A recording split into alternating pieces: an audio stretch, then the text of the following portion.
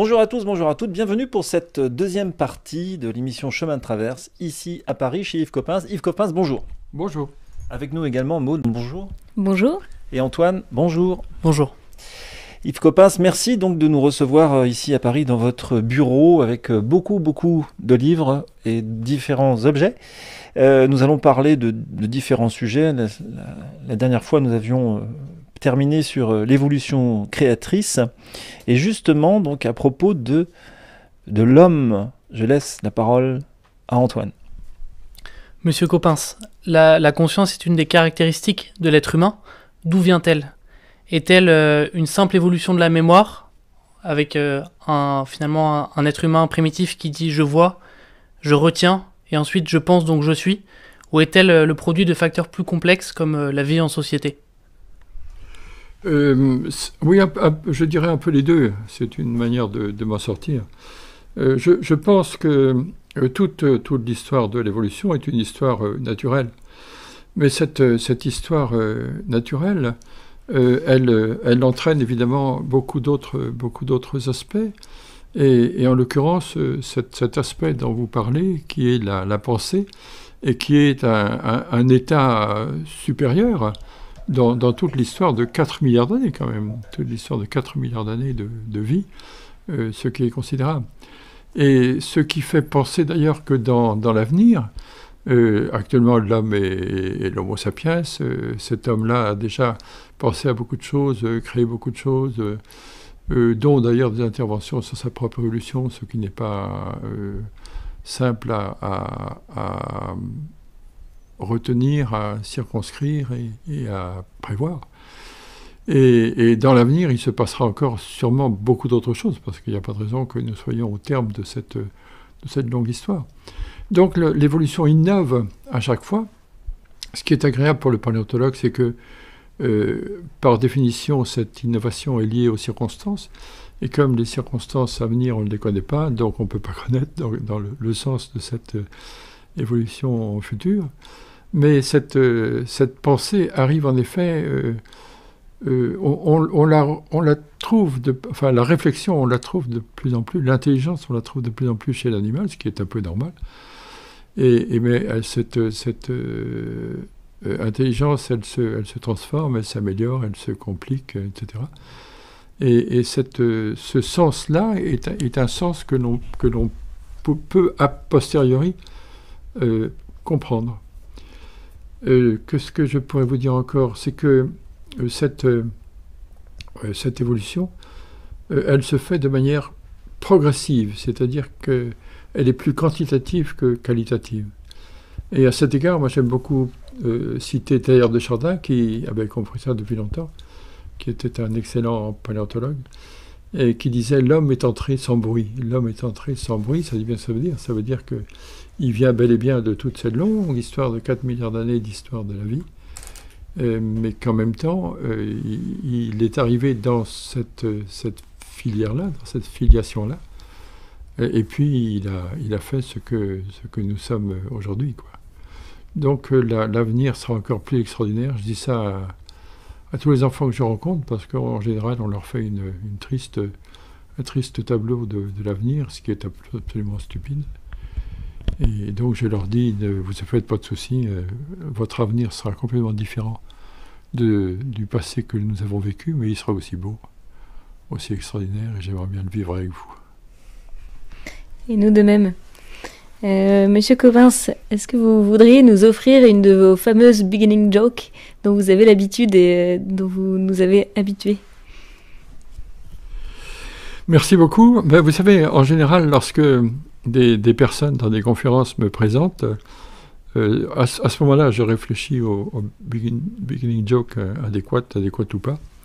Et évidemment, il m'est arrivé bien des histoires, donc j'ai un grand choix. Mais là, je pense que je vais vous parler de quelque chose qui est lié à ce métier, justement, et qui est ma passion pour les primates, pour les singes, les grands singes, les petits singes.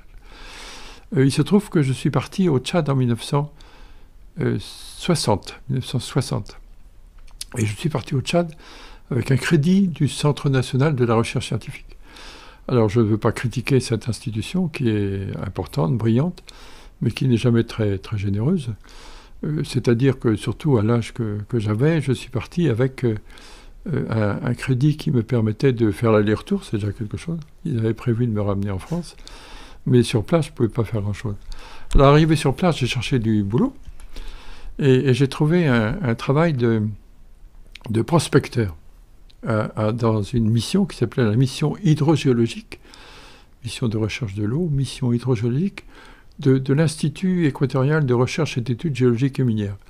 La mission était à Fort-Lamy, qui maintenant s'appelle Javéna, et l'Institut était à Brazzaville, enfin peu importe.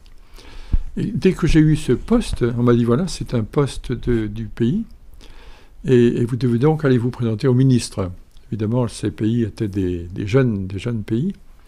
À l'époque, d'ailleurs, c'était encore l'Afrique équatoriale française, mais il y avait déjà un gouvernement provisoire.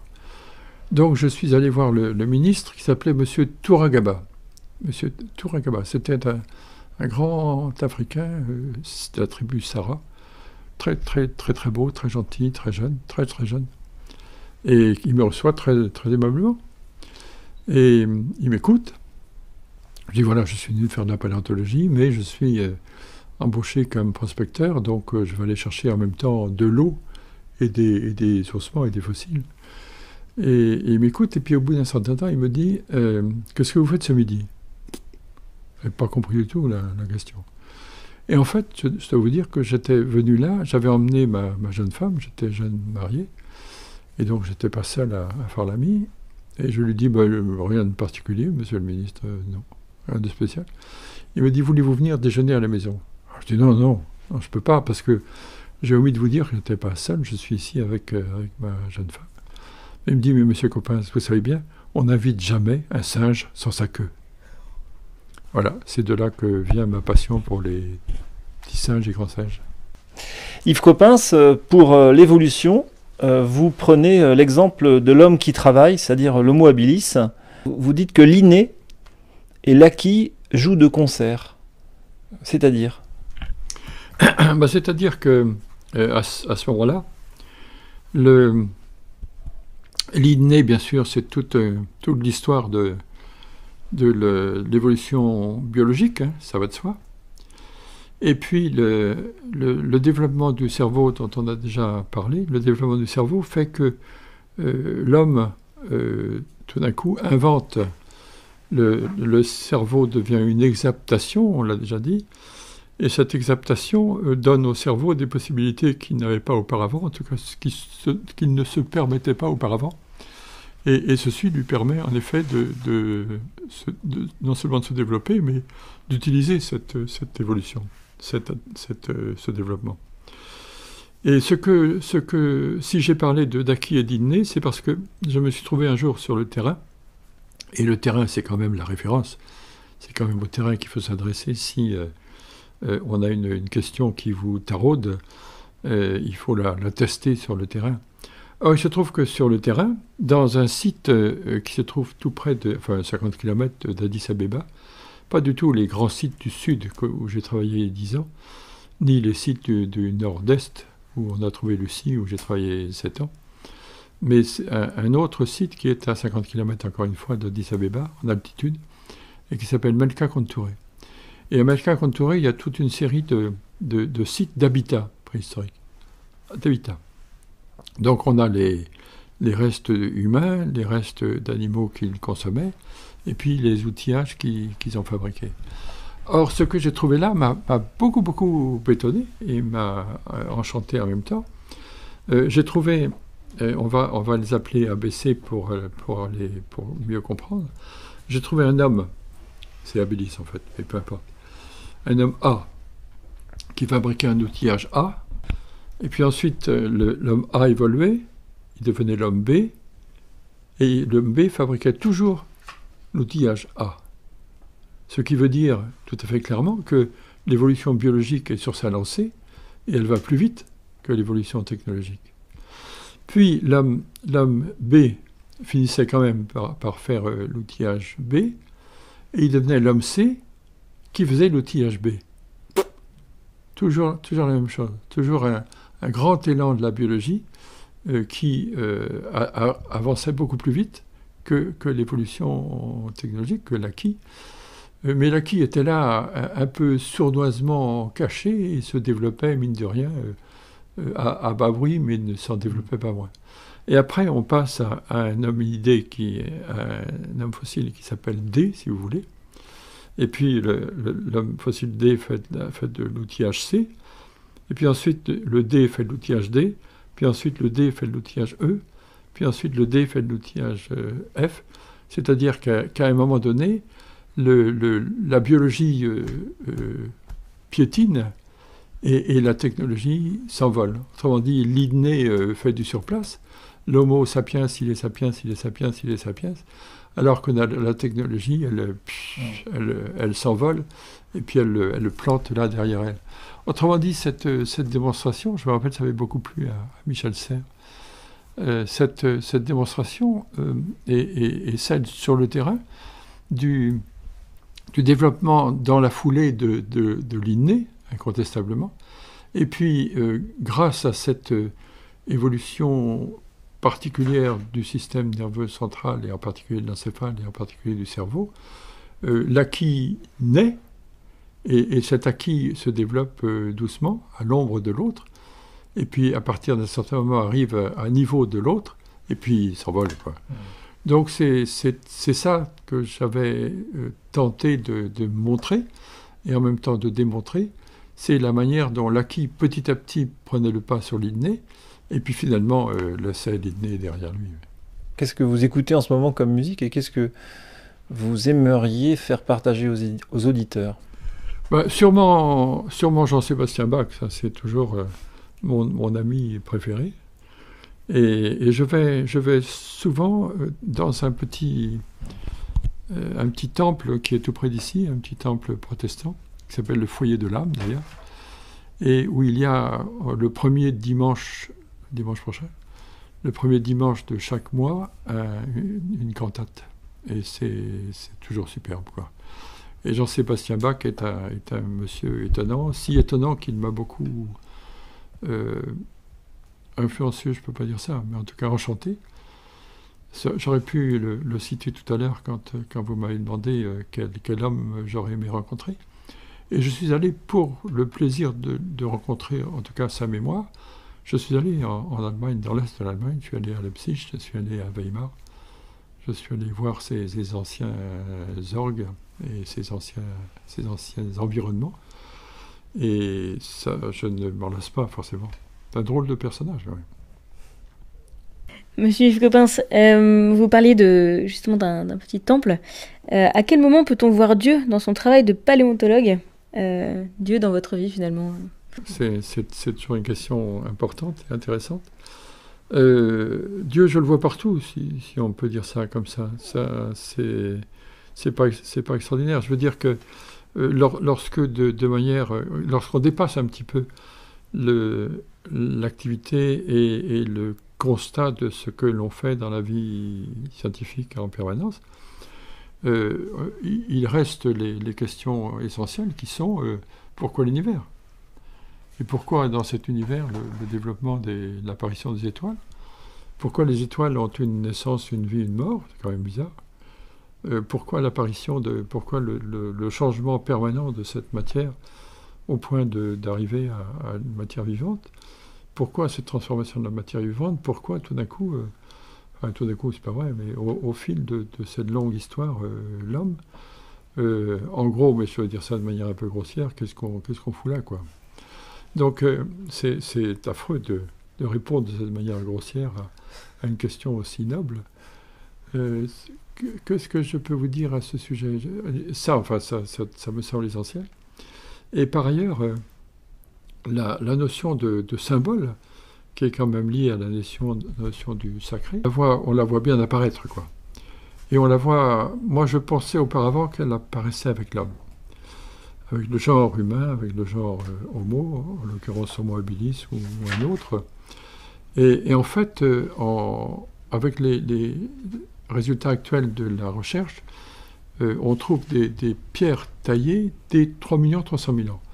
3 300 000 ans dans nos connaissances actuelles, mais ça peut changer.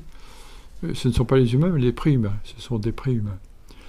Donc, comme je pense que la pierre taillée, je dis bien, est un symbole, parce que quand vous prenez un caillou, il a une forme, mettez-vous à la place, c'est difficile, mais de l'homme ou de la femme préhistorique, il y a une forme devant elle, elle ramasse un autre caillou, c'est une autre forme, elle tape avec un caillou sur l'autre, et elle en sort une troisième forme, qui est une création, qui est quelque chose de tout neuf, qu'elle a fabriqué elle-même. Et donc, c'est pour elle sûrement très impressionnant.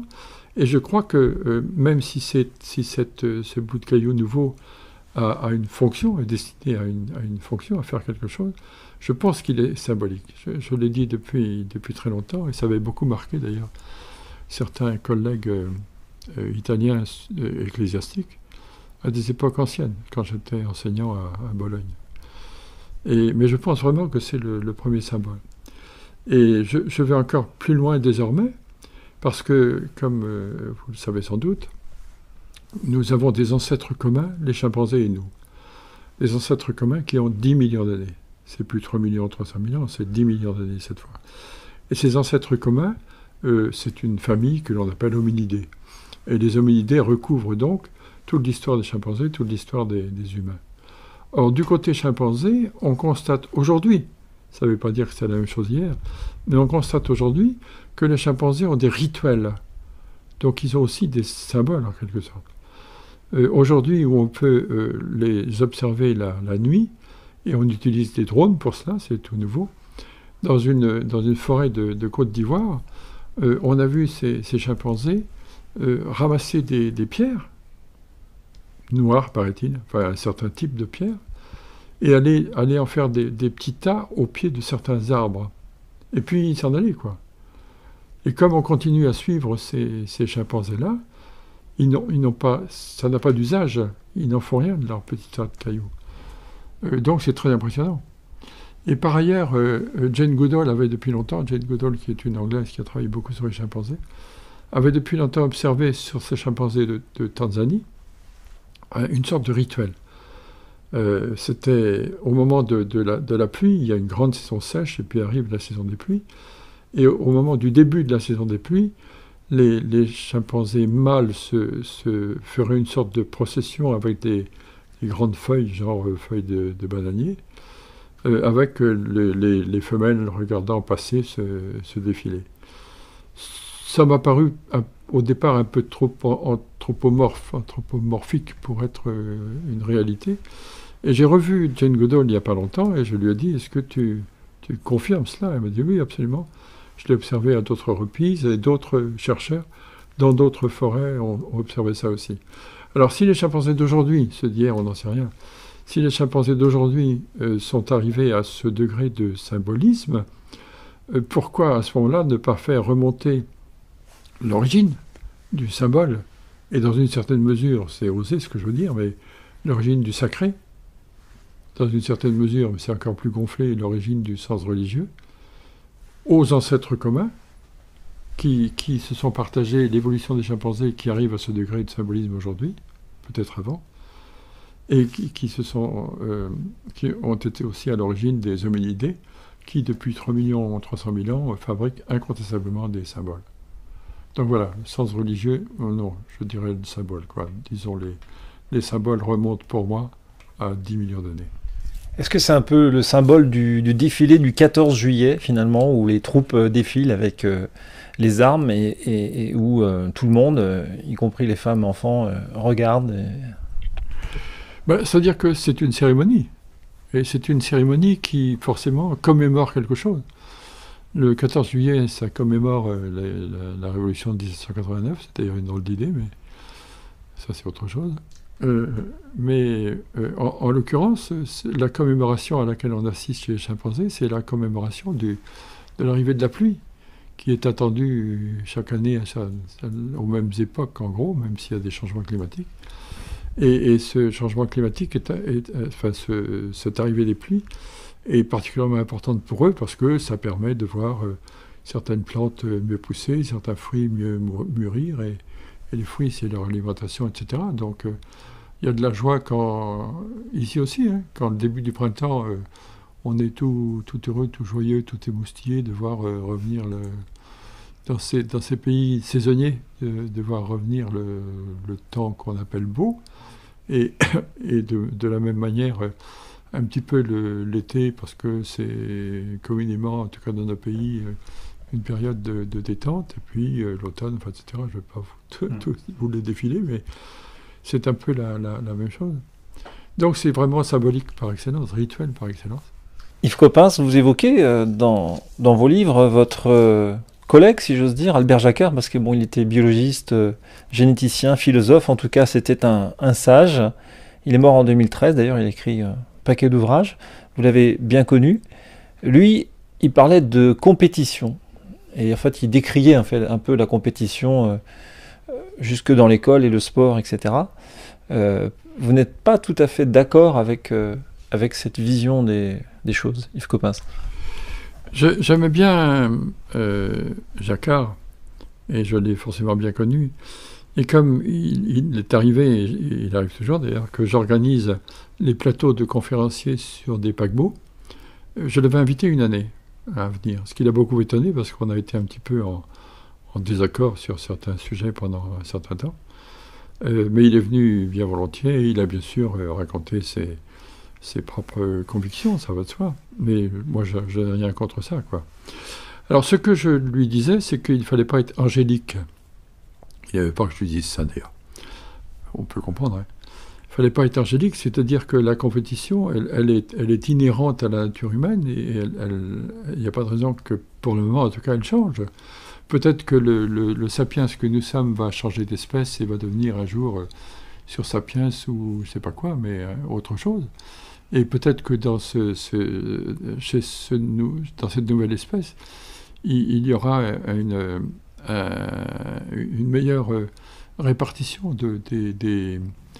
des possibilités de chacun, au point qu'il n'y aura plus cette compétition qui, en effet, pour certains, peut être désagréable.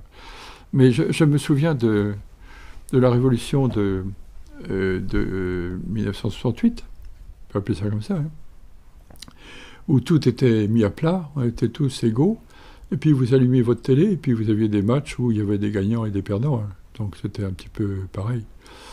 Et la compétition, vous mettez, enfin vous êtes instit ou vous êtes prof, vous voyez vos enfants en cours de récréation, il y a des dominants. Il y a des gens qui s'imposent sur les autres. Il y a des gens qui sont beaucoup plus calmes, soumis. C'est pas pour ça qu'ils sont moins bons. Mais la compétition, elle est partout. Elle est partout. Et c'est en même temps un moteur de progrès. Si bien que j'ai dit 1000 fois à Jacquard que je ne partageais pas ces idées-là. Mais c'est tout. C'était pas du tout désagréable. Mais encore une fois, il envisageait le monde d'une manière idéale. Et j'ai été très surpris, justement, de voir que Michel Serres disait un peu la même chose. C'est-à-dire que Michel Serres disait le sport, d'accord, mais pas le sport en compétition. Moi, je vois mal un humain faire les efforts démesurés que parfois il fait pour justement dépasser celui qui a déjà atteint un certain niveau record. Donc la compète, pour moi, elle m'habite.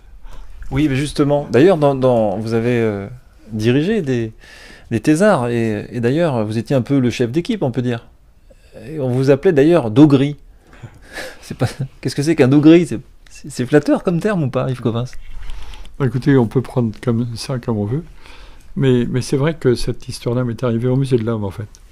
Et il s'est trouvé, la petite histoire, c'est qu'une de mes étudiantes est allée au secrétariat, à mon secrétariat.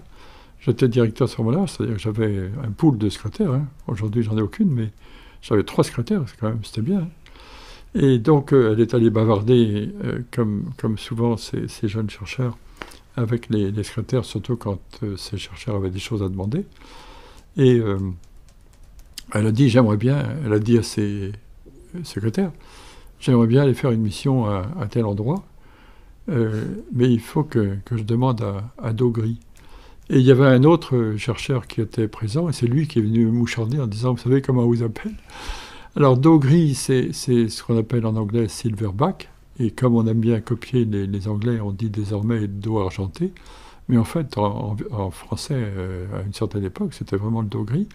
Et le dos gris ou le dos argenté, c'est le nom qu'on donne aux gorilles, aux vieux mâles gorilles dominants. Enfin, tout ça, quoi. Donc, je me suis rendu compte que j'étais en effet le patron du laboratoire et que j'étais considéré comme tel, et qu'il fallait mon accord pour que cette gentille chercheuse puisse faire sa mission, ce qu'elle a fait d'ailleurs, bien sûr. Écoutez, merci beaucoup Yves Coppens pour votre gentillesse, votre disponibilité.